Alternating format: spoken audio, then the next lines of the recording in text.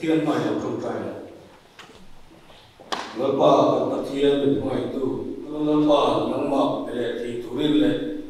em bia cô cả tập bộ ít phật là tên xã nắng mọc cho môi lệ thì mình xỉu và in là thay lòng thủ cần sự là gì cho ngỡ pa em Christmas cũng mong tập tết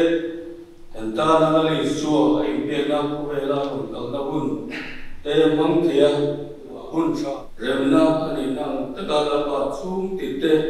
vì mơ tịt tê hiện rem na đi tất cả lâu lên thành lệ thì nó tụ in nào mà nó muốn sống sống chế hiểu hơn đi là bà cần làm cái lệ riêng tụ ra tê cần hơn lâu lâu sẽ tụ ra tê bộ nào mà mình chú ý là nên tôi là cái gì cần đi ok hành dụng giúp gì mình hỏi thì bà lại số đi cần đi là chế cùng tôi solo về xin đi em ơi alam xuân pha tê tan phong bay ana biết thế trong xem trái vô đêm vàng vài lỡ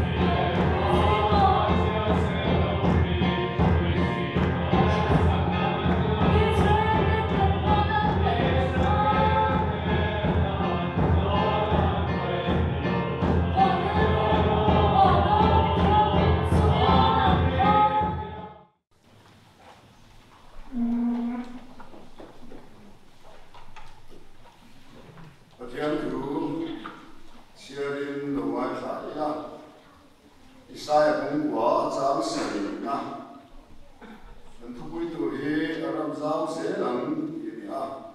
sai bung kwa cha sari aram zau se anga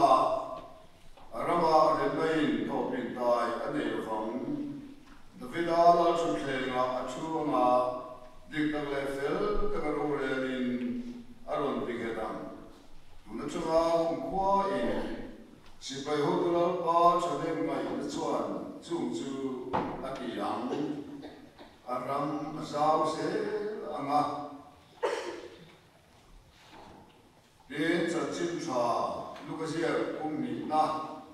sang việc ở trong đó sang sống để quản lý đến chúng mình làm việc cả chuan mình làm việc tu để nó mà ra na anh mình làm hồ anh về na khu la anh việc chỉ la đi làm ba và đi cô bác khách anh kia là anh hồi đi ngà làm ba rồi quý này làm việc chú anh chỉ để ngà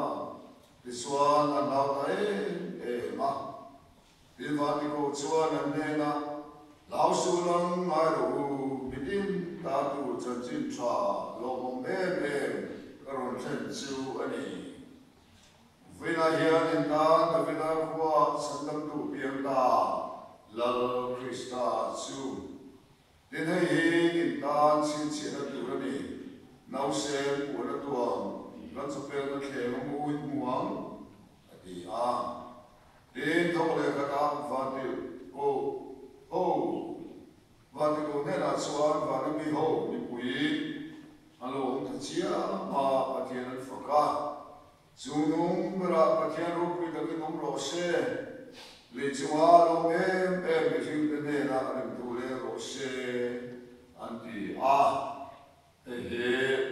lần ba thu này lần là thu cái chia mà mình sống sẽ có xe amen và thiên này là trong tai lắm lần ba Christmas của lo mong tất cả những sự sự lệ ta khu đây là ta cái lô mà pha anh ấy cần học là để mà đi cùng nó mà ở sẽ là cần đấy mình đã lo xóa lần ba chú har sẽ là chú mình để sakin bộ lo theo niệm cho tất nói giải na hiền Christmas mangin ima cái lô cụ lệ này coi ta kinh lần ba cái này là thủ soi là Christmas thủ sa mình chịu là cái sao phải hiền cái lô vai khả nghe chú rồng bò nó ăn qua lần ba nang malay unaw ting kara palay na tuturin ichiyalo kilo taki tununa hiya na tanin de la karonin bane iduang angin min mangla lapa kadam chan niya kati tulbir su itan anun ini iisiyat ka kansawa itan malso na nang magarin na kuma magan son thì nó đủ ít sa Christmas một những sự to nó vàng in Christmas sáng một những sự to nó vàng in lòng thu cái sự sẽ rồi quy na nằm mà ta sắp đi sẽ rồi sẽ mình mong ai tu là để sắp Christmas mình in cái nón đi là sẽ amen giải là hiền cần thức quý chú aram sao sẽ làm aram sao sẽ là chú pathumi nam chena pangana chuan pathian nam chu mamai na adina ni panina chuan khoverin pathian ram ti to patum dena pathumna chuan pathian ram chu azau sel ni khang kha zana hian he zong hi ye he ta ila ato mai to khan lo mane o ti mai ti ta ni amaro chu mai chu ni lo fa pathian ni tem tem se in khalau ti ni min chu la tem se ni kan han sui chui tu ra ngai ila hey kan te ra hian fo pa pe kin kan ong ta isai kung quả chăng khai sẽ cũng vậy cần đi lại giải thích bây giờ xây dựng gì là khan để lo vào hệ thống đi mà sẽ cái này hiện bên đó là cần mong tới xia nạp tục lo mà hiện thuộc bây giờ cần mong xuống lo và cho vòng xuân hệ thống cái này lo alo thằng liễu và cho vòng xuân đây cần bên đó cần thuộc bây anh được bốc xia hey tối tế giờ này cần thuộc bây cần đủ mà hiện hành sự cái chạm được lực à và thiên điều lên cái gì thì anh thì bộ cái này cái trồng trái à phật bà bé kim cái đồng ta Bible là hiện phật bà thì anh tam khúc mà với anh ra cái nhiều với dân đi lệ bạc khát em mà lại Bible là hiện phật bà thì ông mà thứ chúng ta là hiện với sự của về gì cái gì à thứ chúng ta là sống của gì cả chuan với sự được bari chu Phật Bà Lý Sư Christa soi na ni a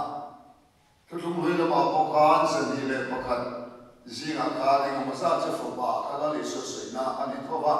thứ chúng huy thứ chúng ta châu chuan sống của can sự được bari lại là Lý Sư Christa soi na ni a Phật Bà đi chu lâu với bao lệ mày anh ấy đi cái lúa anh ấy không bán hey cái số tiền không đâu mà nhiều thì hiện nay cái món chia đâu mà nhiều cái lúa hiện giờ có khăn đâu là có mà Phật Bà anh thì hiện Bible là hiện giờ quay bao em mấy Phật Bà hiện không xem chú lúc này mà cái gì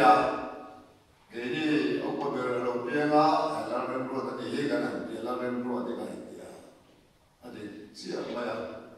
anh đầu lên đầu tiên là lên chuông cái gì cái là anh đi lên khúc mà anh đầu lên chứ ai là lên ngồi cái gì cái là đến apa đi nó chứ là lên sáng cái gì cái này ama lo chú cái điều ruột khăn ngọ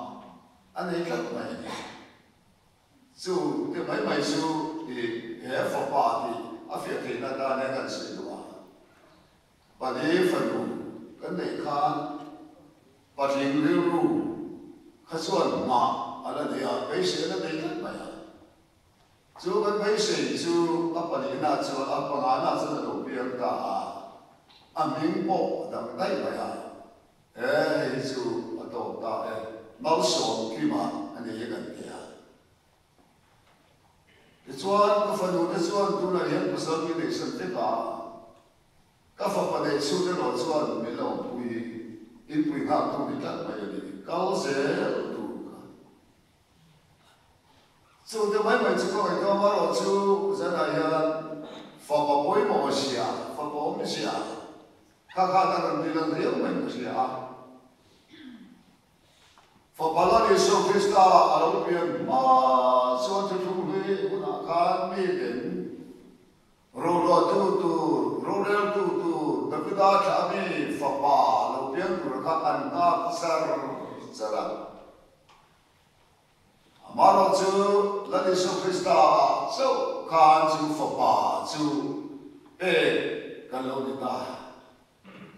ở lâu đâu cũng lên bây giờ Phật Bà miที่ฉันที่เราพบขัดยังข้านี่อ่ะถ้าเราลงมาไอ้รถสวนอันนี้เลยสวนอ่ะมิฉันทำตัวยันมาเที่ยวฟันูนั่งเลยให้เป็นมินดุลวะฟ้าป่าเป็นมินดุวะอย่างนี้จู่ๆอ่ะไปหมดนั่นก็ติดสวนดาวิดาข้ากัลเซลตุรกันควีนนิลวินคิงฟ้าป่ามิดูรินปัจจัยเรื่องอารมณ์นั่นเอง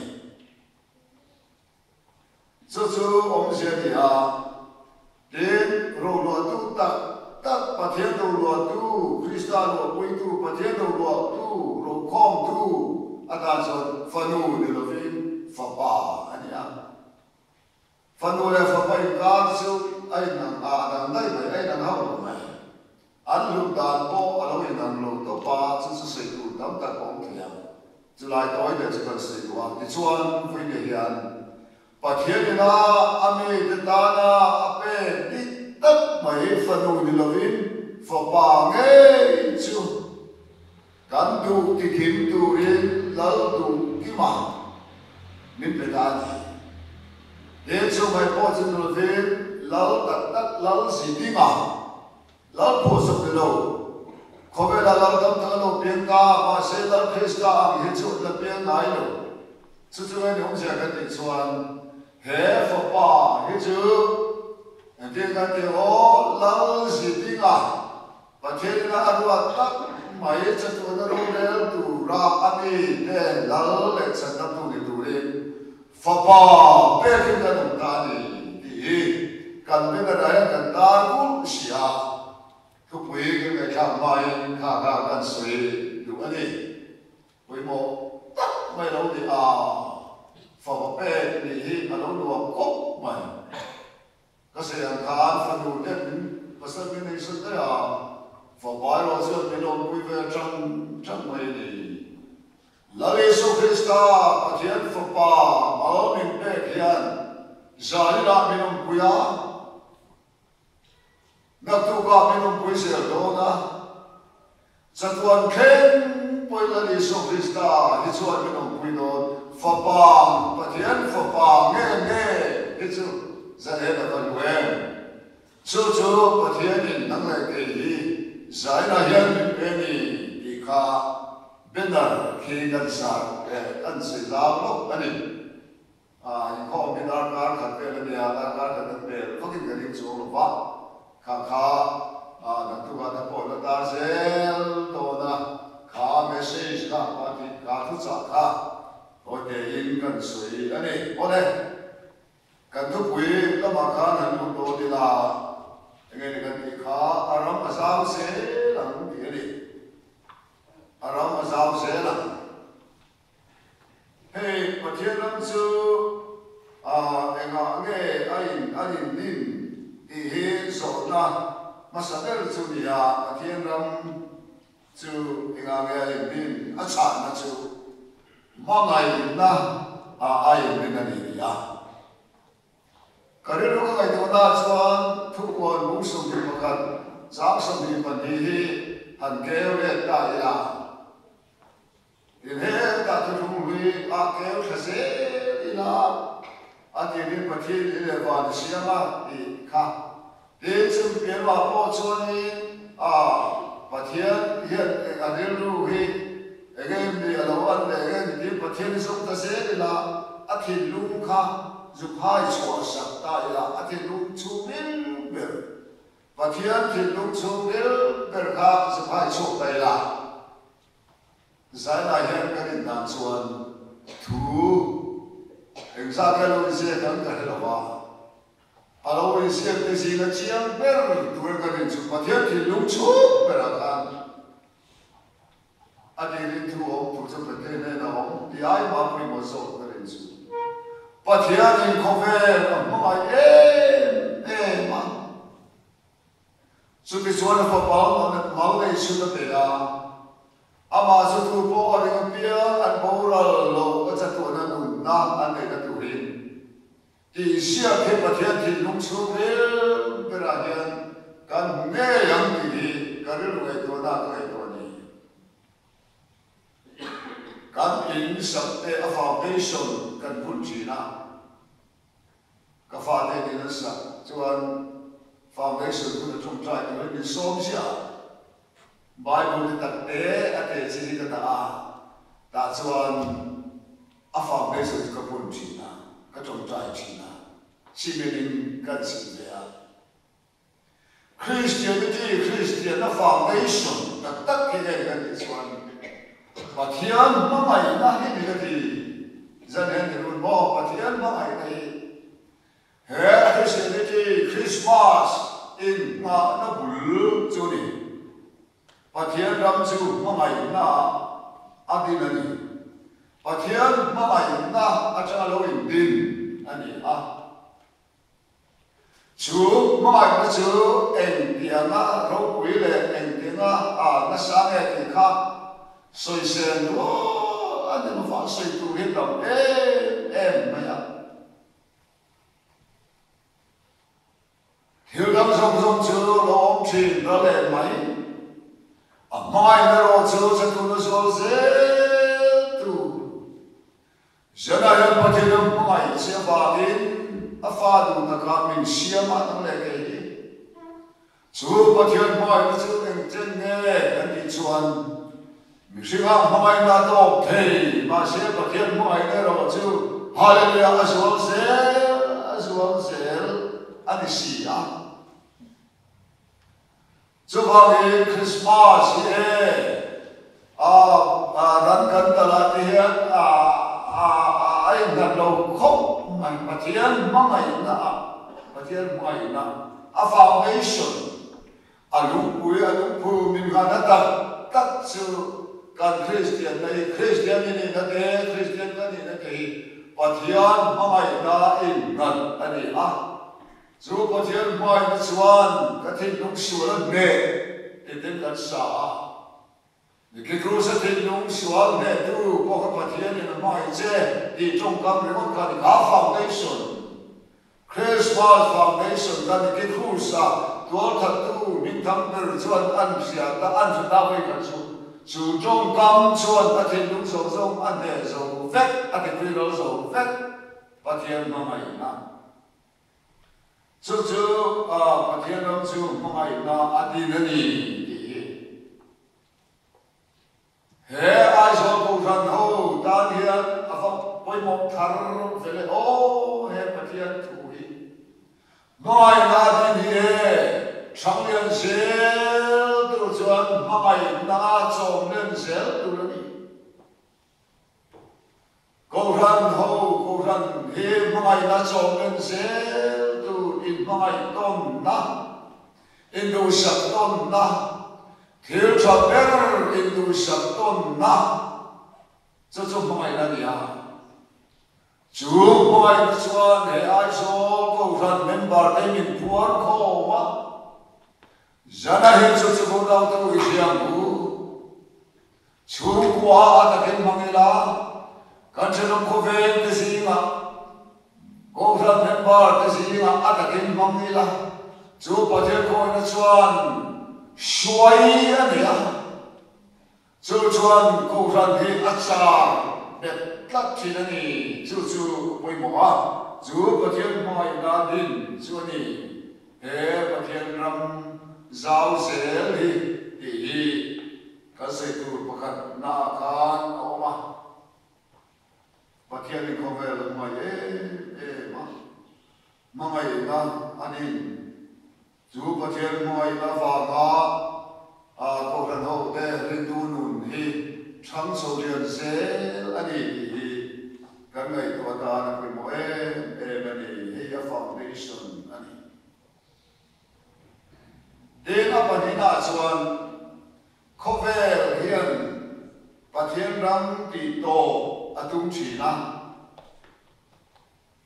có vẻ hiện và thiên răng tỷ tổ ở trung chỉ na hey history kan siara ko ve ram ro wi tak chan sin te kan mu Babylon la ro wi sia de Alexander the Great sak sia de Napoleon ro wi thiu ti thei sia de in dun hai ka ba ne ta se la ro le tu British Empire ro wi sia de kan mu kan sia Rome hun laya Rome lal ta ro pui sia te la ni so Krista ro pia lai ve la chang khan kan hua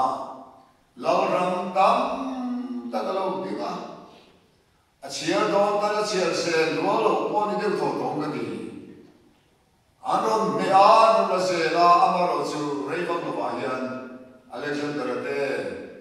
Napoleon te an ba ni an thi a chang rei bang lo ba kan an lal ram mi akin le mai chi na ne chu na sian tu chuan mi ring an ral kum de ne alo de re na adi khop mai la ram ro koi tak te he British sarkar ho mo kan sia tu la de ran yo me ni mà lúc cả chuột thì ta sen lâu rồi tu cái gì nó mà sao em mà ya beauty số mà ya đi là về lâu lại cái tâm này chứ cái làm này sao mà nó chung với nhau chuột không phải là làm này sao được anh làm thì khác independent anh muse là tu là chuột làm rồi quy định bỏ đi là tu cho không phải ông đã chịu anh đi đi cái gì ở đây sẽ đem chuan xây tu tâm ta có ông chia tu tâm ta có ông ama rồi chịu phát hiện rồi chịu đi tổ tung mà sẽ đi tổ biết ông nói rồi ông thắng tất rồi không phải là rồi quy cái chuyện mel mà tên anh là ram anh đi tổ sạch máy ama rồi chịu phát hiện ram rồi chịu bắt đầu về rồi đi Herodan matai pun dia kan buat. Lagi Krista lupiang alal ram tito antum dia lo narap thang tak mai semai pun narap thang ke di bawah. Sebab memang cuani nau pengsuat program dengan beta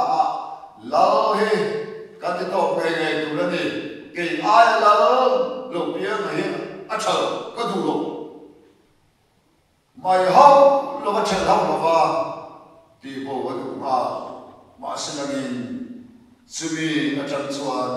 pathian yan thu dai ai du ta ma ka ro pathian hian la ram min pe he ti to apollo la Yesu Krista Christmas min siam satu akan kan mu ani avan lo on ve o ti mo Chula Yesu Krista chun keng betati amaro chula ramdin sel turin athole kasia poyan ye merom si payotin rodel tutin anti anti kha poisa ban pechu jitil ne na kan muranin me nanor bodalo mole indi baidonia dia thằng thằng con tụi này nè, amaro sơ tiệt thì mấy chiếc này rồi, sao na cái con là nên biết đến cái mấy anh cũng bố rồi kiểu số thì thằng invent tụi này là thằng chứ điều số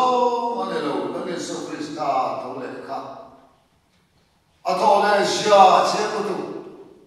mi sống lý sức phải tắm ta cả thâu lệ thì Azeti de nena, Kovel de nena, Amari tu le gai tu de nena, ai shepira, tu na po, la Yesu Krista he, athole ani ti setwini, chawang chuan pathian I fak the pathian kan faka, chumi wang chuan pe po thiang li ma lo na chang te kan sia, thole Krista ke mani hian anum mula ato ozong no, tu te ti to mà anh nhớ đến cũng thấy thiếu đi cũng lấy giáo sư đi bây giờ khác hơn mùa đến cũng kết quả thì tiếng xảy ra cái lý do thiếu hơn mùa lại cái sự tất cả sự lo lắng cái ông thầy lâu vấn đề chú em ăn sản này hết thâu lại Christian bình hiền thủy sinh to miệng số tiền Sipai den anan khapa warning an pe amara chu an sa na chu ne ke ne zong thu kan siat te kan mule kan siat te silovi kan thi lo ve Nazareth Yesu Krista Christmas ne apian kan long kha nau sen ka athia ma se ro kwe de ka thole ta chu cha chin cha chu kan chil sel don Krista ram ti to tung tu ti sao tung tu te tu mai an khap zo re lo ti chuan apostol ti chu martarin an thi veka rom sipai rom sokarin amartar ti veka sa so te pandite amaro chu sa dai ne kan mu kan ti chuan martar te thi sin hi chan chin tha trâu chua tiếp tu với mong per chu martar te thi sin hi liền điều khai chi hi khoi ang e a trâu du na mun ai nang lo lấy chân na mun lấy du zong te pui nang lo Pathian ram aro chu sona tu na ta na thaber chu chan chin tha alo pian ke na tu na ta thaber chu martar te thi sin hi ni ti ni ta chu chu Lani so Krista rindu apostol ho bika Christian kop maya marta da thi kha an laure le lo an kivek marta rin Lani so ramhi aso ato em de lo mai sao se la an dam song hian continent poi mo deu dewa so pani ti hian sa chin tha an ron sil vek man zukia tu devo anthi lova mi den an tha wa nga chan he lal param hi to pai tu ani lo re ni apostol pe marta te kisin engani marta te as chachit nai ka ka te ko marta te ka de kan chira tu nai apo de koi ne thengin marta te lal pan mi rin tu te Median huan thaksel ma se Pathian ram me sao se lani Pathian ram me sao se so bagi khoverin Pathian ram ti to patum chiam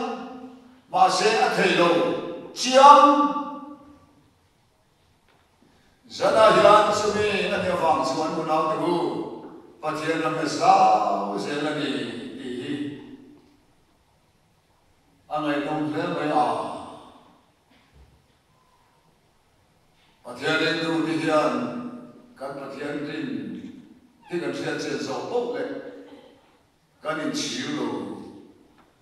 kan ne lo sia le kan wa ne sia ti kan chi khovelin Pathian ram zao sia tu do we ma si la in an lo ne song lo zao sia la ni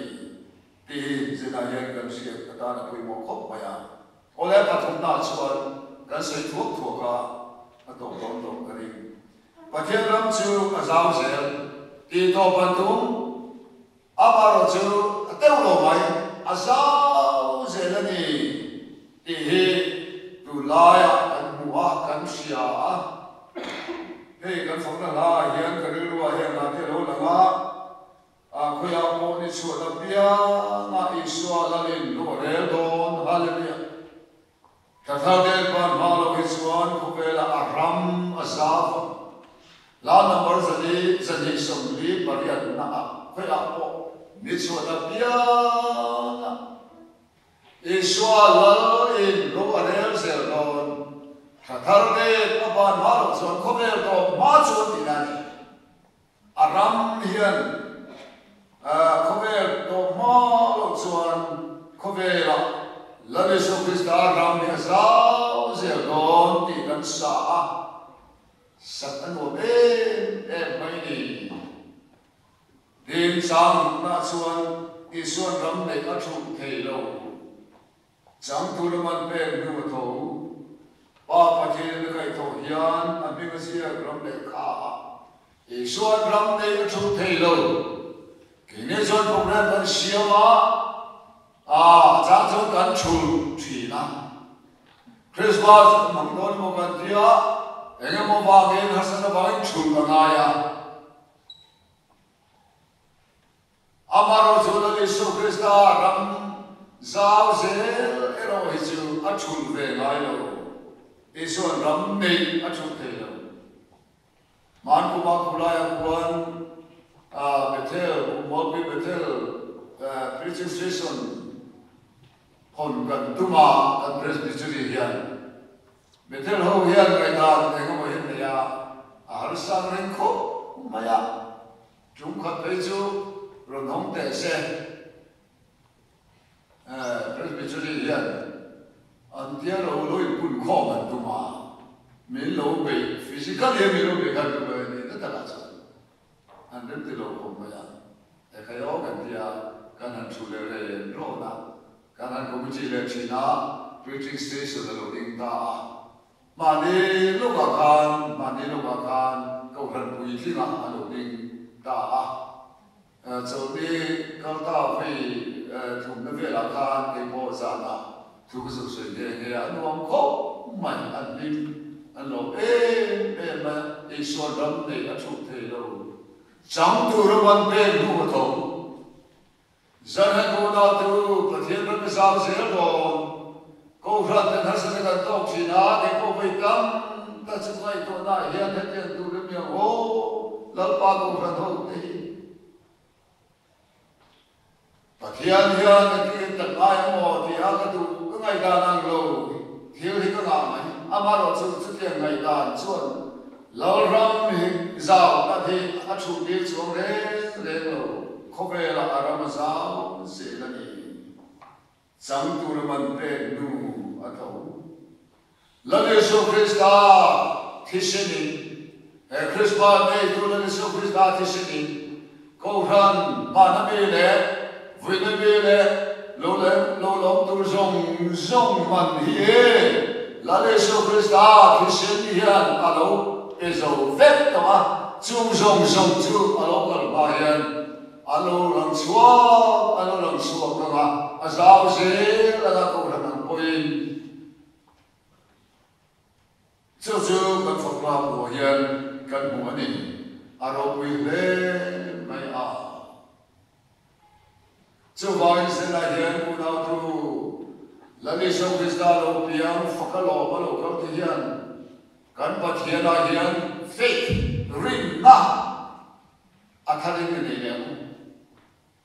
kan rin na he Christmas ni a hian siam thar le mu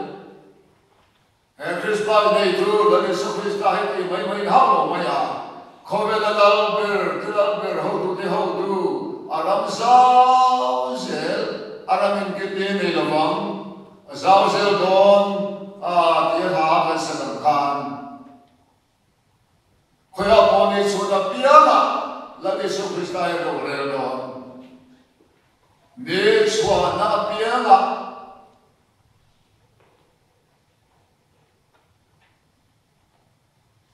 India ma hian ku budi aten do re do ti Bible kan mu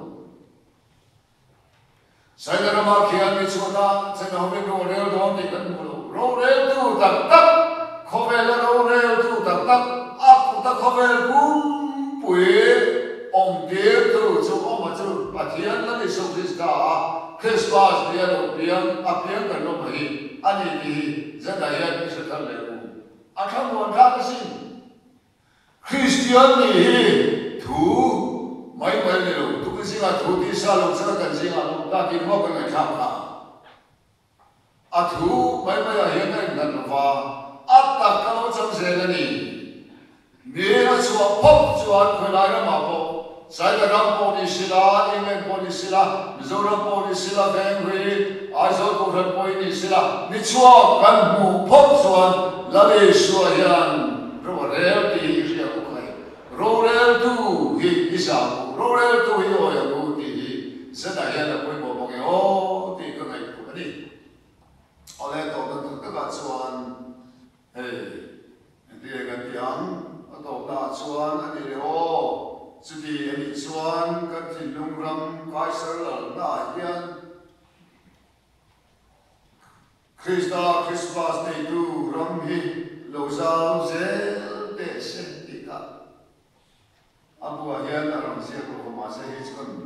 bel chudi ve de wa apalina a pathum le ka ji ka pui apalina chuan kan tin lungram kaisar na chin a hian la Yesu Krista ram hi lo zau zel te se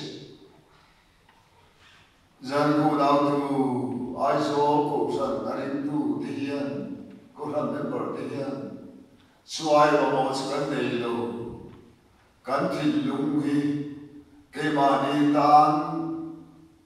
kan la bing nu tu ka kan khe bing nu tu ka chu ba ni lal pa ra ke sao the lo ka ni ma ni masial kan nu na kan ka na sun tu ka ma ngai ngai den pathian ram khan kan thil lunga kan na hian om sia nei thei lo ni va poi voine hian Christmas si kan hana kan lo don ani chuan ke ma ni thil lung theu nun Christian nun chewa hian pathian lal ram hi lo zau sel sila ma za la chong sa la khan in do na ti kan mai kha pathian ram hian mel ma ane chu mel ma ne to sa chuan pathian lal ram hian alal ram rom din ve tu ma in do na fi la te aron sam thi aron sam ke Christian ti no ni chumia chuan pathian ram ti nge sao se lang na ti chuan lalisu Krista pathian lama hian pathian lama hian tang ila pathian he kan lama tang chuan tu min do the ya Vietnam ramin do na kha ama khop mai America le Viet Cong ho in do na nya ta kha America ram sa pi kha ram chak de kha a tlom de tat na ti ga na chang tat do mai a na de mo ni le Viet Cong ho khan community so kha an chang tat na American Hawaii khan an chang tat na khoi ngai la American Hawaii an so mo le Vietnam in do kha Hello ram continue din tu la di so Krista Christmas dia pian kan lama he udau tu continue la ber mangala it is all done maya this one kan la ram hi alo sao zelang hey nisida khan kan ena ram thar chan chibu kanan nung ber simbari suakan kum ina pathian ram zau na missionary ina an chan chin than sila fa na ring thar siami sang sali za sambu pathum afaro puye lao ram he zau ze don hey yan bin ti phur khop mai sang sali za sambu pathumi ring lo tu den kan missionary de longbo na changin pathian ram mi de thin lunga an zau ani amaro puye chuwangin lalta na kan thona aram zau na ta na kan thona pathian ram tholo kan pe ni hong sia lo fa de jo pathian ram zau zelani hi za na hian kan rilwa chu tha le u khai aram azau ze lam pathian ram chu amai la ni na le wangi khowel pathian ram ki to pathum chi pathian ram ne ro so zau ze kan thilwa hian zau ze tu ri chani la bu hey la pa tu cha ni la pa na tu ma min som sa ro se amen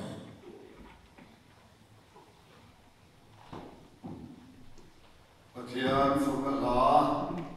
nunua chuan sumkua le pokua na kha ani sia kan chia le lapian hu lo mom tak kan thil le ta lim tak lo min zai foram hina thim go chu ta le na ro chu thim ta haleluya lo min zai amin mo ka le ro tu la pa chatuan pa le na ro ku ni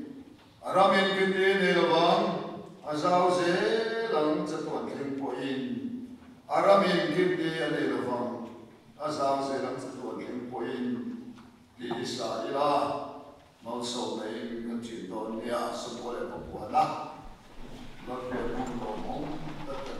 ta